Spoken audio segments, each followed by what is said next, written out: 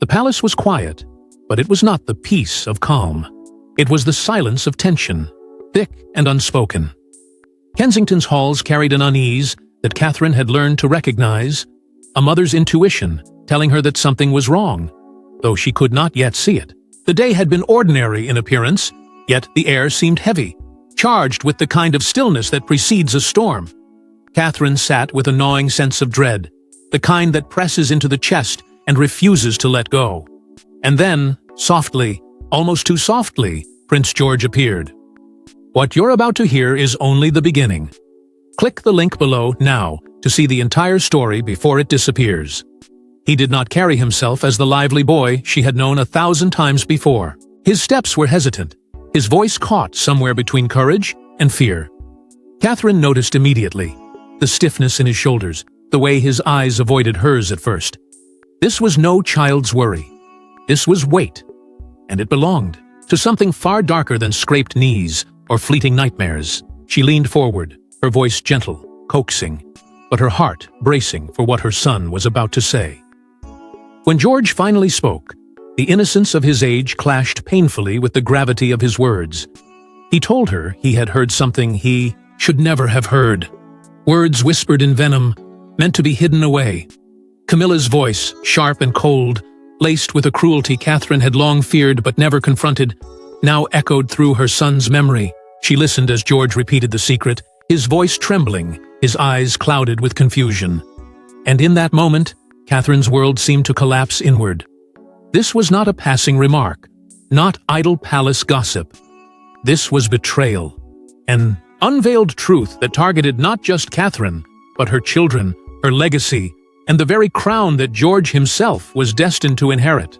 Catherine's chest tightened as her tears broke through, not for her own humiliation, but for the pain her son carried on his young shoulders. A mother's instinct told her to protect him, to shield him from the venom he had absorbed. But the weight of royal duty pressed against that instinct, forcing her to reckon with a reality she had tried desperately to avoid. The crown was not just threatened by politics, or scandal, or public opinion. It was threatened from within, by words sharpened like blades, wielded by someone who had sworn to uphold its dignity. And as Catherine wiped her tears, torn between anguish and fury, she realized that her son's whisper had done what years of quiet suspicion could not. It had cracked Camilla's carefully guarded facade. But George's revelation was only the beginning. What he heard would unravel the carefully woven image Camilla had fought to preserve.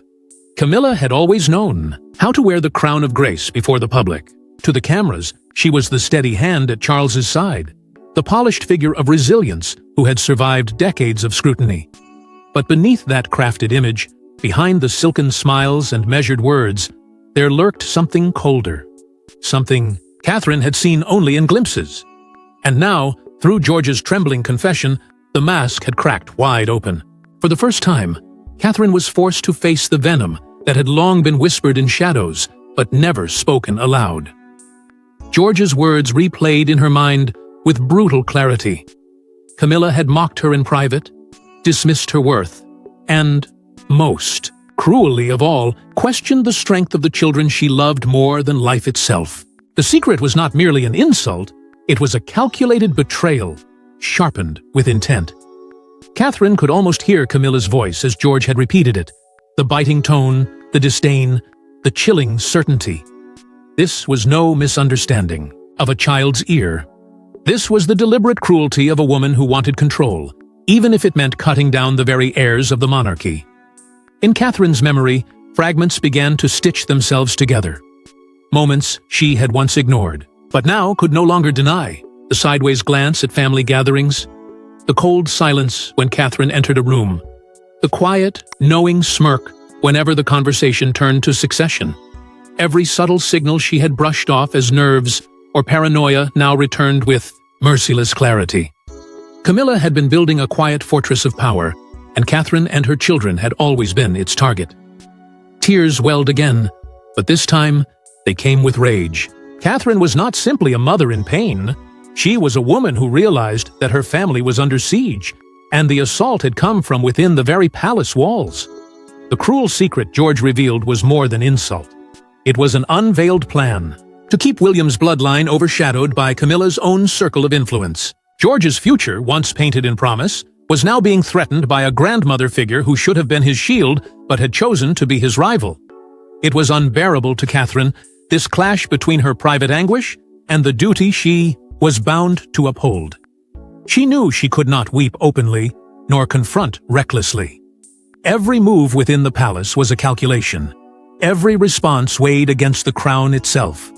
Yet even as she tried to hold her composure, her heart broke with the realization that her son's childhood had been pierced by palace politics. The cruelty had reached beyond her, striking at the innocence she had fought so desperately to protect. But Catherine's tears, though real, were not the end of her resolve. They were the beginning.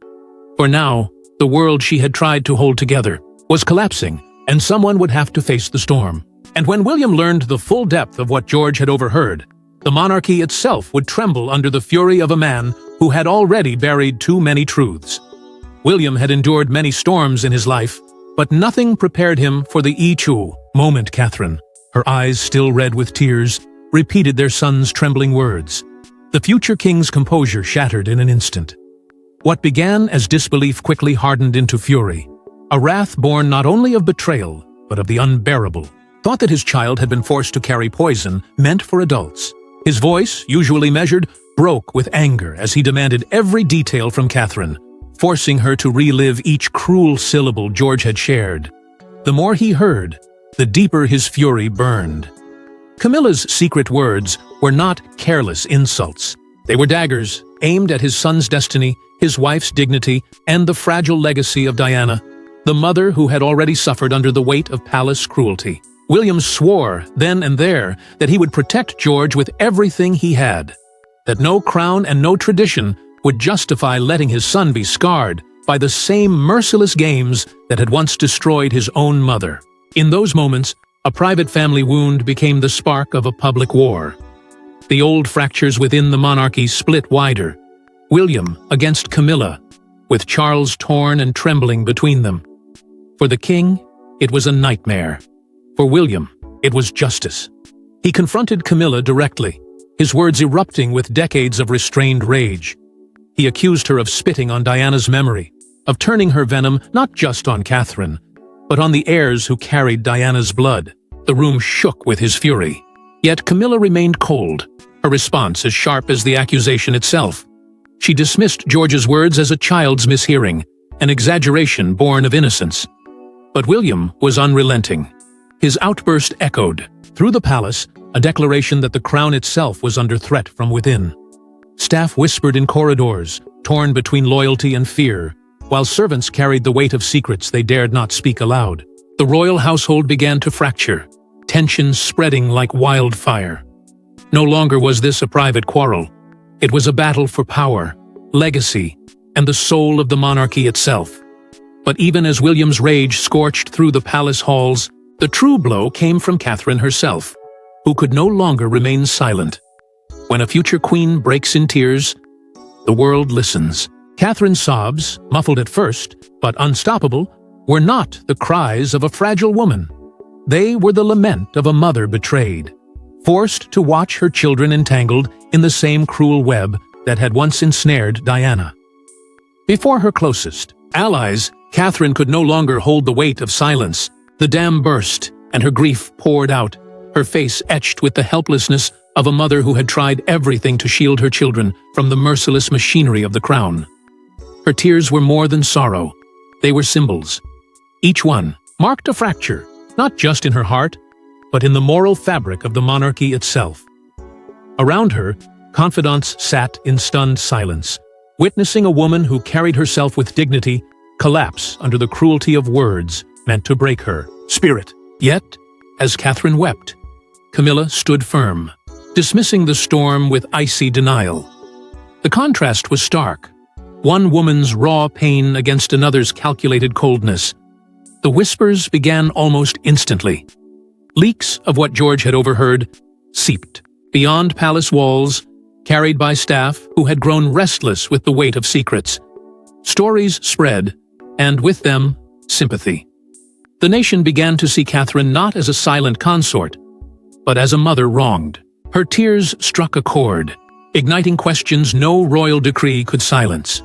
Who truly embodied the crown's spirit? Camilla, the queen by title, or Catherine, the queen by heart?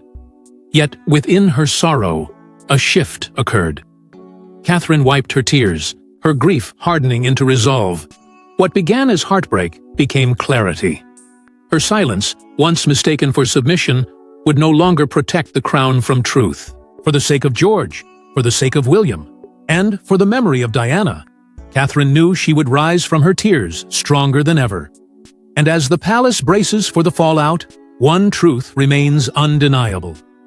Prince George's words have changed the monarchy forever.